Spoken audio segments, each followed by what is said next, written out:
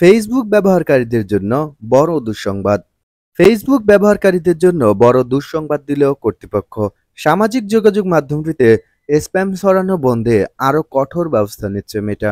অতিরিক্ত হ্যাশট্যাগ দিয়ে বা ছবির সঙ্গে সম্পর্কহীন দীর্ঘ ক্যাপশন লিখে অ্যালগোরিদমকে বিভ্রান্ত করলে আর আয় করা যাবে না বলে সাফ জানিয়ে দিয়েছে তারা।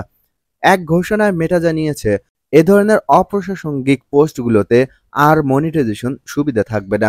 এগুলো শুধুমাত্র ফলোয়ারদের টাইমলাইনে দেখানো হবে। মেটা বলছে, স্প্যামি কন্টেন্ট মানুষের মতো প্রকাশের স্বাধীনতাকে বাধাগ্রস্ত করে, তাই এর বিরুদ্ধে ব্যবস্থা নেওয়া জরুরি। এসব কর্মকাণ্ডে জড়িত অ্যাকাউন্টগুলোর মনিটাইজেশন সুবিধা বন্ধ করে দেওয়া হবে। এছাড়া গুরুতর ক্ষেত্রে পোস্ট বা অ্যাকাউন্ট মুছে ফেলাও হতে পারে। এদিকে মেটা পরীক্ষামূলকভাবে এমন একটি ফিচার চালু করেছে, যেখানে ব্যবহারকারীরা সরাসরি রিপোর্ট করতে পারবেন কোন মন্তব্য অপ্রয়োজনীয় বা স্প্যাম বলে মনে হয়েছে। পাশাপাশি পেজ মালিকদের জন্য এসেছে নতুন মডারেশন টুল, যা ভুয়া অ্যাকাউন্ট বা অন্যের নাম ব্যবহার করে করা মন্তব্যগুলোকে স্বয়ংক্রিয়ভাবে লুকিয়ে ফেলবে।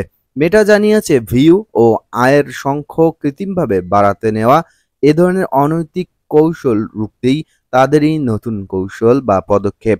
তাই যারা মূলত নিজেদের ছবি দিয়ে কিংবা বিভিন্ন ছবি দিয়েছেন একটা, কিন্তু ক্যাপশন দিয়েছেন আর একটা, হ্যাশট্যাগ ব্যবহারের সময় অন্য যেকোনো হ্যাশট্যাগ ব্যবহার করেছেন যেটি আপনার ভিডিওর সঙ্গে কোনো ধরনের মিল নেই, সেক্ষেত্রে তারা সতর্ক হয়ে যান। সতর্ক না হলে কিন্তু আপনার মনিটাইজেশন চলে যেতে পারে।